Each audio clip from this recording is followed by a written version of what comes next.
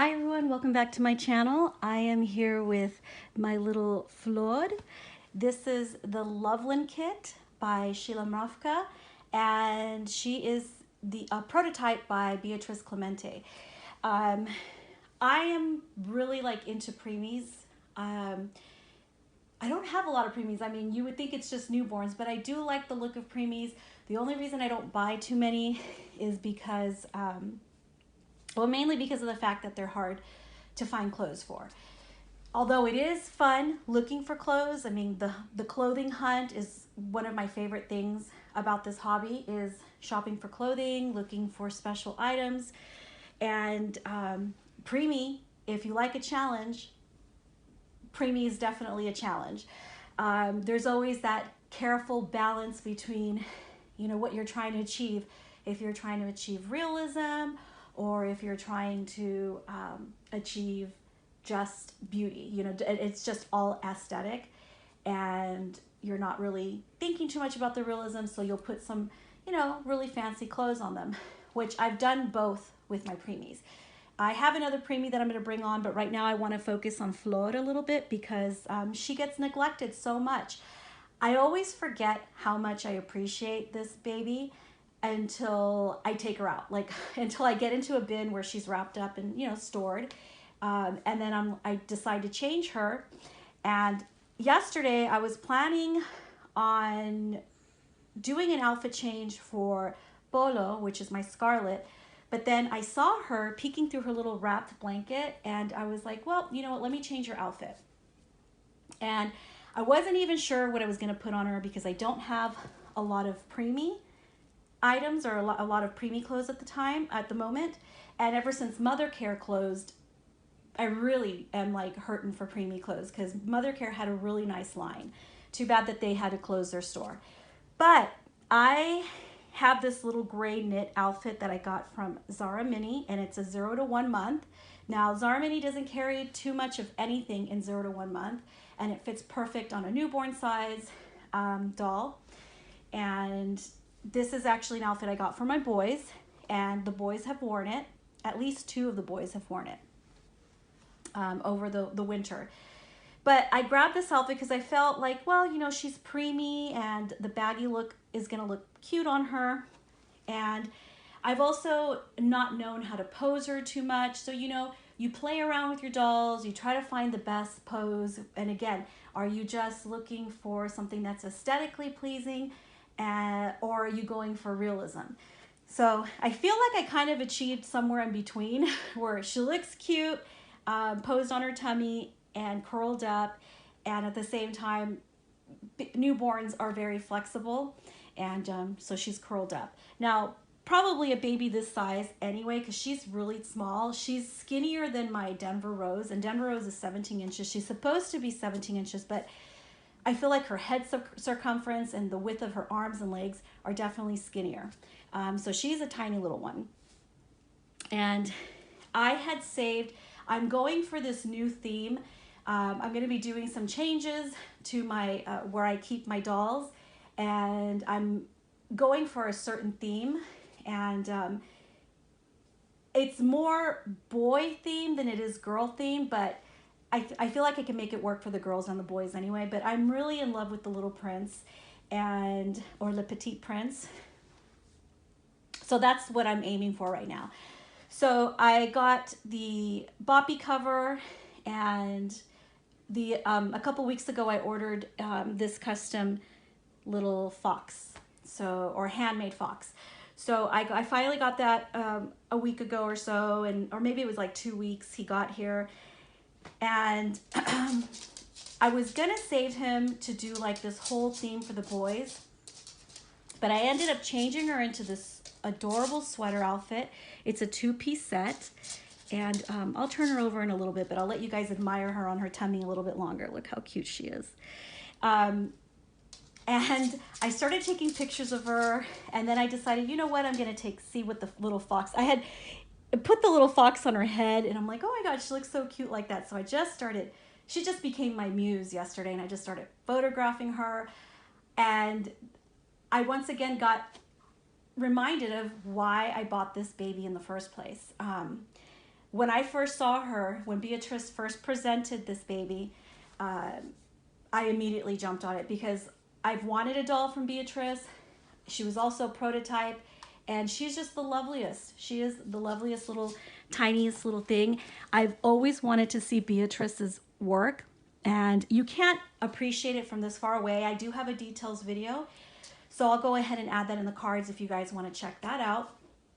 And you can see all of her little fuzzy hair details. She has painted hair, which is really nice for preemie, considering, you know, a lot of them are born with very like fine hair. She put some wonderful eyes on her, very realistic eyes. I don't know what kind of eyes those are, but they're really lovely. Yeah, so she just looks like she's woke up and she's very curious, and she has that very curious little face. She has the tiniest little chin. She's really adorable. So I started messing around, taking pictures. I put the fox on her, and I said, you know what? We'll just go for it.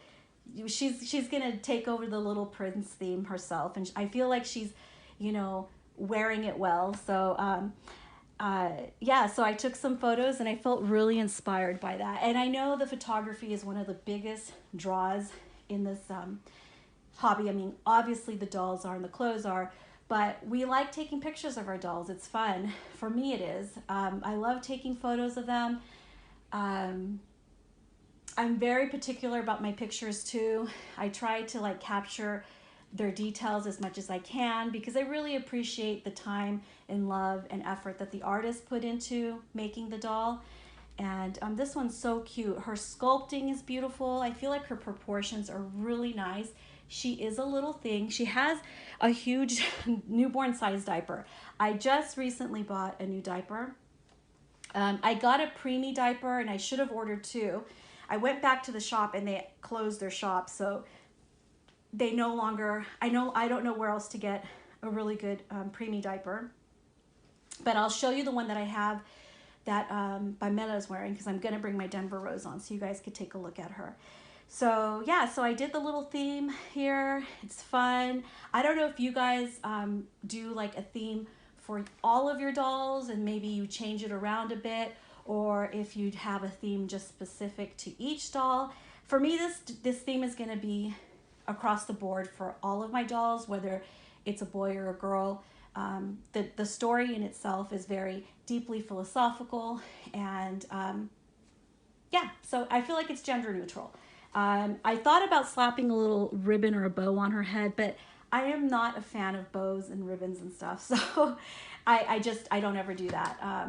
Although when I do put one on, it's always got to be really thin, or, you know, it can't overpower the outfit or what I'm trying to do with for the photo. But that's just the way I like to do it. And she has no rooted hair. Her hair is painted, so when you have a painted hair doll, it's nicer to accessorize them with like with little strappies on their hair, you know, little bows, if that's what you like. When they have rooted hair, I'm a lot more nervous about it. I think the bottom line is that I just got so used to not accessorizing on their hair, you know, hats or hair bands or anything like that, that I'm feeling right now that she's okay without anything in her head. I don't think I would if I had a preemie. Now this is lending itself to the whole realism. I don't think I would be slapping anything on her head if she was real. So, and yeah, and she'd probably be in like jammies. But this outfit was really cute. Like I said, I had this outfit in mind just for the boys, but I feel like she's carrying it really nicely. So there's my little flor. And if you guys don't know, flor is flower in Spanish. And when I saw her, I just felt like she was just a tiny little flower. So a delicate little flower. And yeah, so I had a lot of fun coming up with this one. You can see the fox right here as well. So this is the same fox. I'm going to show you guys the fox right now. She'll let me borrow him. So just to give you an idea of how big he is and how small she is. Now I have her legs curled in and tucked in. So she's nice and just curled up in there. And this is the fox, his length from nose to tail. So without her legs being out, they're probably about the same size. So this is the little stuffy that I got for my babies. for pictures. I love this theme. I've never really had some consistent theme for my dolls. It's always been more general. Like I like bunny rabbits, and I also like celestial themes. So I feel this kind of is a celestial theme. So I have a mix of both, of bunny rabbits and celestial themes. So there is Flor and her fox, the fox that she tamed. And I hope you guys like looking at her. I'm gonna bring another preemie on. And here I am with my beloved Pamela. This is the Denver Rose by Marita Winters, and she was reborn by Severine Piret. Severine is a master artist, and she's from France. She was my very first large ticket, high ticket number purchase. Okay, so she was the first time I ever really like dropped serious money down on a doll. Because, you know, when you're new in this hobby, it's like you can't, at first, like when you start to see the prices of the dolls, even $100 sounds almost like you can get taken aback a little bit. And then you start to like put your toe in the water and you're like, okay, I could do 300, I could do 400. But as the longer you spend here, you start to realize, well, if I spend a little bit more, I'll probably be able to get better quality hair, better painting. The artist is at this level, and as you get further and further, you're willing to pay more. You become a more deliberate buyer, a deliberate collector. And what I mean by deliberate is you become a collector that, you know, really starts to learn about artists, resale value, and that kind of stuff. So I've learned along the way that the more, you know, the more like if you're buying from an artist that is already like kind of achieved, you know, has reached types of achievement, it's easier to sell them. It's easier to recover the money that you spent on it when you originally bought it. Lots of things come into play, like is it a prototype? Is it a limited edition prototype? Where is exactly the artist in the game now, you know, in the community? Like what I mean by where is, you know, how sought after are her dolls? Is this an artist that will make custom still, or are they strictly just doing prototypes? So all those things start to come to play, and you'll learn. You guys will start to realize that if you haven't already. So when I bought her, I really didn't have all those ladder, what I mentioned, like ladder in the ladder, you know, into consideration. But I did sell her on one time, and then I was lucky enough to be able to trade for her back into my collection, and I still really love her. It's the kit. I don't just buy dolls because they're by a prototype artist, or because they're by a master artist, or because they are, you know, a prototype themselves, the doll itself. I have to love the kit first and foremost. I really have to love the kit. I don't tend to just buy from an artist anything that they'll produce unless I'm in love with the kit, and especially if I'm going to drop a lot of money for it. So those are the things you kind of just learn. Like I said, I was lucky to get her back into my collection, and she's a keeper forever. I can't let her go now. She's pretty much maintained nicely. I did have to send her back for a little bit of touch-ups with her varnish. I sent her back to Severine. Gosh, this is maybe like 2 years ago, and Severine was gracious enough to, like, you know, touch her up, touch up any hair, re-glue, whatever she needed to do to the doll once I got her back. When I got her back, she wasn't in the best condition, so I sent her to Severine, and she helped me out with that. So I still have her here. I don't take her out as much as I used to because I'm totally enjoying my Emma and my Scarlet. But, you know, sometimes you got to bring the dolls back into the rotation, you know, you have them visible, and then once again be reminded of how much and the reason why you still have this doll in your collection.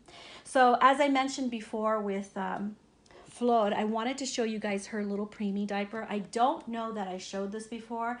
It's unfortunate now that I discovered that the store has actually closed, so I'm not able to get another preemie diaper, but this was the best one that I found.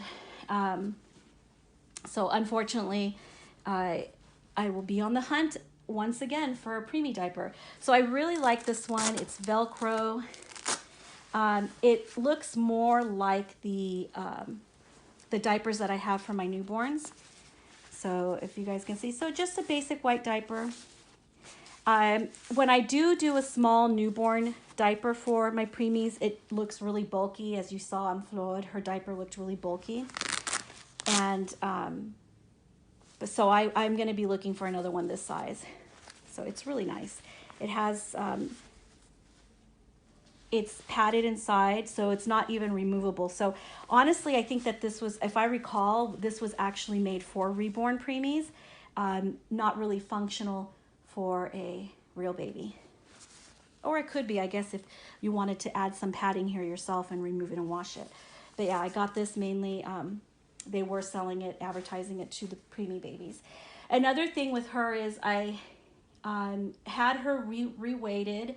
Well, I re-weighed her, and I had the choice between the Bountiful Baby Preemie Body and the Marita Winters Preemie Body, and I went with the Marita Winters Preemie Body.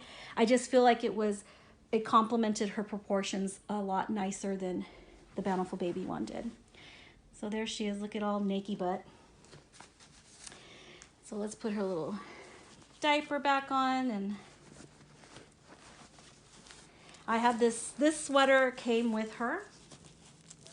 This is one of the things that, one of the sweaters that I always hung on to it. Even when I sold her, I hung on to some of her preemie clothes because I thought it was really cute. It's a Kiabi. A lot of people have this sweater actually.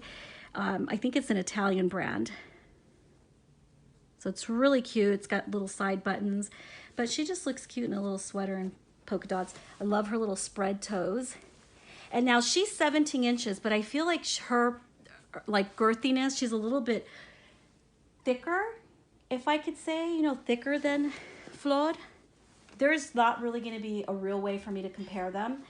I am going to bring them on together so you guys can see. But yeah, this is Pamela, and I've had her the longest, even though there was a little gap between the time, you know, within the time that she was in my possession. But yeah, she's I guess, the oldest doll in my collection. Okay, so I don't think you're going to be able to tell. She has a super bulky diaper on. It is a really cute diaper. It's newborn. It's a small newborn diaper by Smart Bottoms. And I saw Katie talked about Smart Bottoms on her channel recently. And I was looking for preemie diapers on what do you call that? Amazon. And I found the Smart Bottoms. They recommended those. So I went ahead and got those for, I only bought one because I wanted to see the fit on my dolls. I'm going to bring her little hand out. She's the cutest little hand. You can put your finger right there. See, isn't that cute? She's always alert, guys. Always alert. There they both are.